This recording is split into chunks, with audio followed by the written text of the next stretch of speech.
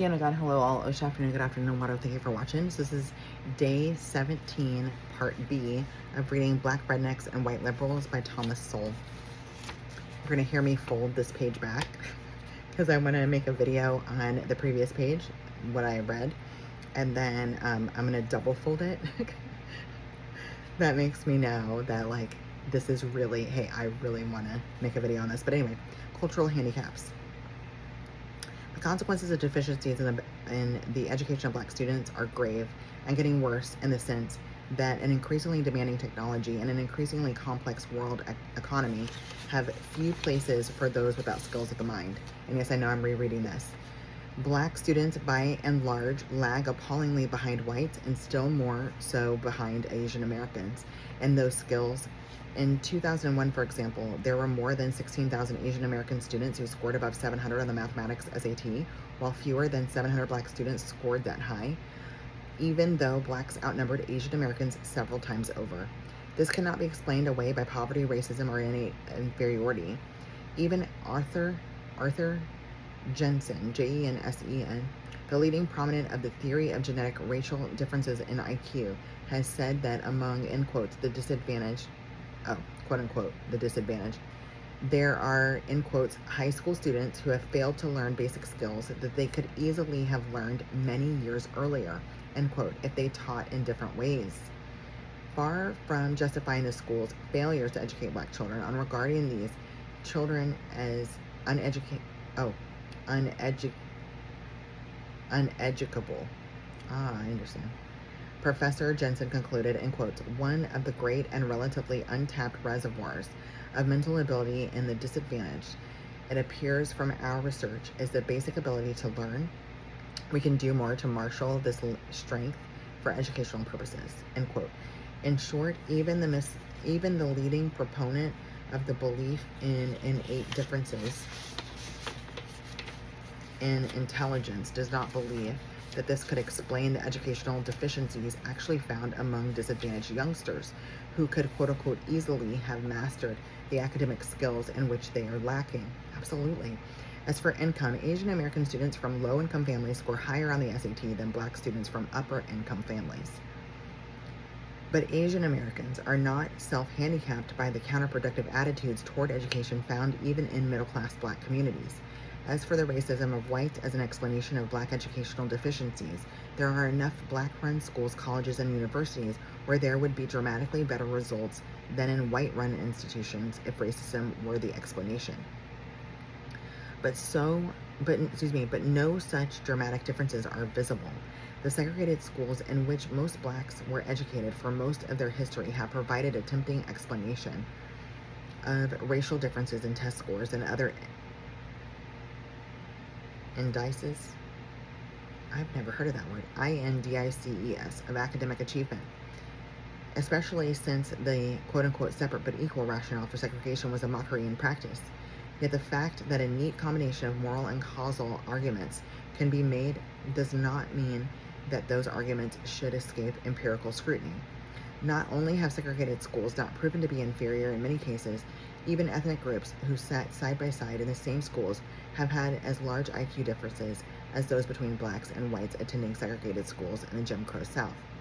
Back in the 1950s, Japanese Americans and Mexican American youngsters in the same school system, and whose parents at that time and place had very similar occupational status, had an average IQ difference of 20 points, slightly more than Black-white IQ differences nationwide, and the same as Black-white IQ differences in the Jim Crow South. There was an even larger disparity, an average of 26 IQ points difference between Jewish and Puerto Rican students attending the same school from the early 1930s to the mid-1950s. Even earlier in the 20th century, German American children graduated from high school at a rate many times that of Irish American children. Vast differences in educational performances between groups have been common not only in America but in other countries as well, whether they attended the same or different schools. One of the most obvious reasons for the deficient educational performances of Blacks is also one of the most overlooked or suppressed. By and large, black students do not work as hard as white students, much less Asian students. The Shaker Heights study is just one that has found this to be so, though many have been reluctant even to investigate this factor. That will be very unsurprising to anyone who has taught black students, white students, and Asian students. The remarkable exceptions in schools where substandard work has not been tolerated only reinforce this point. If the fundamental problem were income segregation or even innate inferiority, there would be no such dramatic contrast among black schools. Although each of these explanations has been common at various times and places, none of them stands up to empirical scrutiny. If successful education of blacks were just a matter of isolated individuals, of quote-unquote cream rising to the top, then it would be hard to explain such concentrations of educational success at such schools as Dunbar and its counterparts today. Such success has been disproportionately concentrated, not only in particular schools, but also in particular families. Of 4.3 million black families in the United States in 1966, a mere 5.2 thousand produced all the black physicians, dentists, lawyers, and academic doctorates in the country. As rare as people at this level were among blacks, the average black family that included someone in one of these categories averaged 2.2 such individuals. While family concentrations alone might suggest heredity, similar institutional concentrations suggest that it is the culture which promotes or impedes educational achievement. Absolutely. In a sense, it is misleading to single out blacks for not sharing cultural values that are in fact by no means universal among other groups in the United States or in other countries around the world. Certainly, the dedicated work of Chinese American or Japanese American students is not the norm among most ethnic groups or in most countries. In white lower class communities in Britain, the same counterproductive attitudes toward education found among blacks in the United States are just as prevalent and just as self-defeating. One sign of the sharp social contrast within, higher education. One sign of the sharp social contrast within the black population, past and present, is that there were blacks going to college in the United States even during the era of slavery. And some of the more affluent free blacks sent their children abroad to be educated. Meanwhile, the vast majority of blacks held in bondage could neither read nor write. As with other groups, historic differences had enduring consequences. Well into the 20th century, much of the black leadership and blacks prominent in the professions were descendants of the antebellum, quote-unquote, free persons of color. An exception was Booker T. Washington, who was born in bondage during the last years of slavery and who in adulthood was preoccupied with the education of others like himself from the black masses, rather than the education of the offspring of the more cultured black elite, such as W.E.B. Du Bois. It would be hard to understand these two men's real differences, as distinguished from the caricatures about them produced in later generations, without understanding the very different constituencies they served. Colleges specifically for blacks were established after the Civil War, but most were essentially white institutions for black students, given the scarcity of blacks with the educational qualifications to become professors. Indeed, the scarcity of the black students qualified to be in college often meant in the 19th century that many of the colleges were essentially elementary and secondary schools by another name.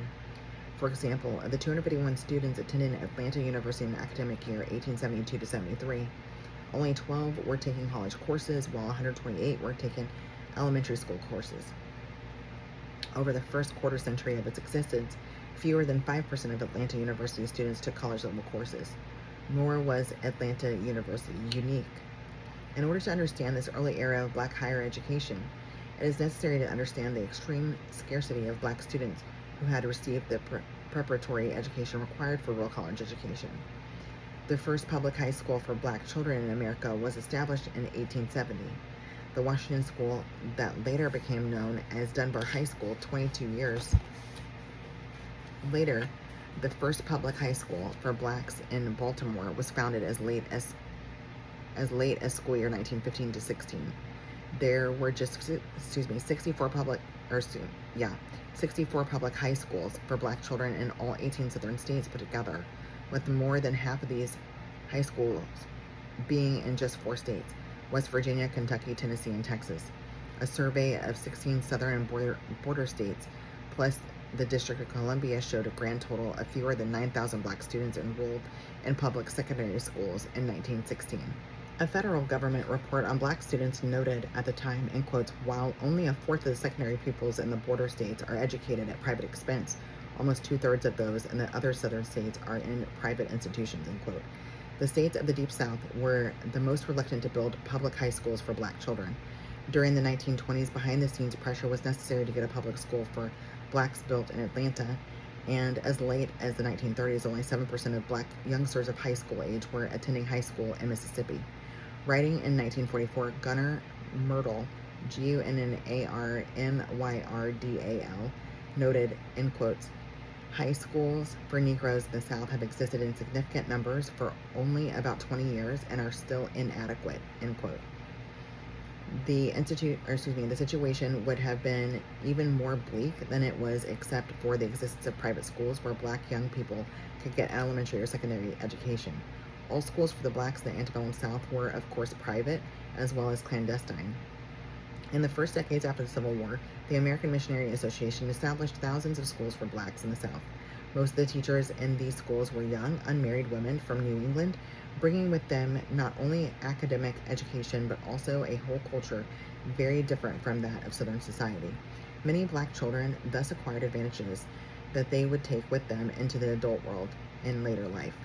As a noted historian observed, it was no accident, in quotes, it was no accident that so many black leaders of the 20th century civil rights movements came from missionary schools, end quote. During the half century following the Civil War, was estimated 57 million was contributed from the North to educate black students in the South, and blacks themselves contributed an additional $24 million. But the southern states dragged their feet on creating schools, and especially high schools for black children. This was an era not just of slow progress, but of actual retrogression. In some aspects, as a scholarly study of this period noted, in quotes, the disparity between black and white public schools in per capita expenditures was greater in 1910 than in 1900 in every southern state, end quote. It was 1960 before as many black children were attending public high schools as were attending private high schools. A federal agency, the Freedmen's Bureau, also contributed to the education of blacks in the years following the Civil War, spending about $3.5 million in the years from 1865 to 1870. Its most enduring legacy was the creation of Howard University in Washington, which became the most prominent of the institutions of higher education for black students. During the decades after the Civil War, it was much easier to create institutions for black students and call them colleges than to supply them with students actually prepared to do college work. Moreover, in this post-bellum era, it was hard to find blacks with the qualifications to become professors, deans, and college presidents. There was a reason why many of what were called colleges and universities for black students were doing largely pre-college work, and why those who ran these institutions and taught the courses were usually white. The Du Bois-Washington controversy. The contemporary habit of reducing serious issues and historic figures to the dimensions of cartoon characters has led to widespread depiction of the rivalry between W.B. Du Bois and Booker T. Washington as a clash between a black militant and an Uncle Tom. Despite very real differences between the two men, Du Bois himself refused to make any such characterization of Washington. Du Bois was among the many people around the country, black and white, north and south, who sent congratulations to Booker T. Washington on his historic 1895 speech at the Atlanta Exposition that set forth Washington's philosophy and marked his emergence as a black educator and leader. More than half a century later, even as a self-exiled communist living in Ghana, Du Bois corrected a student who spoke disparagingly of Booker T. Washington. Du Bois and Washington had overlapping goals in education and in society, but different emphasis. Both recognized the very low standards of education, skills, behavior, and hygiene among most blacks at the end of the 19th century, just one generation removed from the world of the slave plantation. During this era, Du Bois not only criticized the extravagant spending habits he found among blacks in his study, the Philadelphia Negro. He spoke more generally of, in quotes, the great lack which faces our race in the modern world, lack of energy. Exactly, end quote. Which he attributed to, in quotes, quote unquote, indolence, which had now become a kind of quote unquote social heredity, end quote. Or, quote unquote, you get it. I'm getting tired of reading. Anyway. Even if whites were to lose their racial prejudices overnight, it would make little difference in the economic position of most blacks, according to Du Bois, although, in quotes, some few would be promoted, some few would get new places, end quote, as a result of the end of discrimination. Nevertheless, end quote, the mass would remain as they are, end quote. Until the younger generation began to, quote unquote, try harder as the race, in quotes, lost the omnipresent excuse for failure, prejudice, end quote.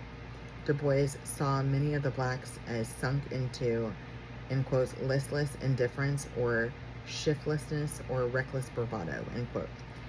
In short, Du Bois, like Washington, saw an enormous need for self-improvement among blacks at this juncture in history.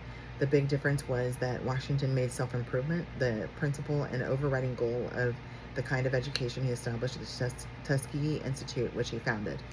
Students at Tuskegee were taught job skills, including the skills that enabled them to build many of the buildings at the Institute itself.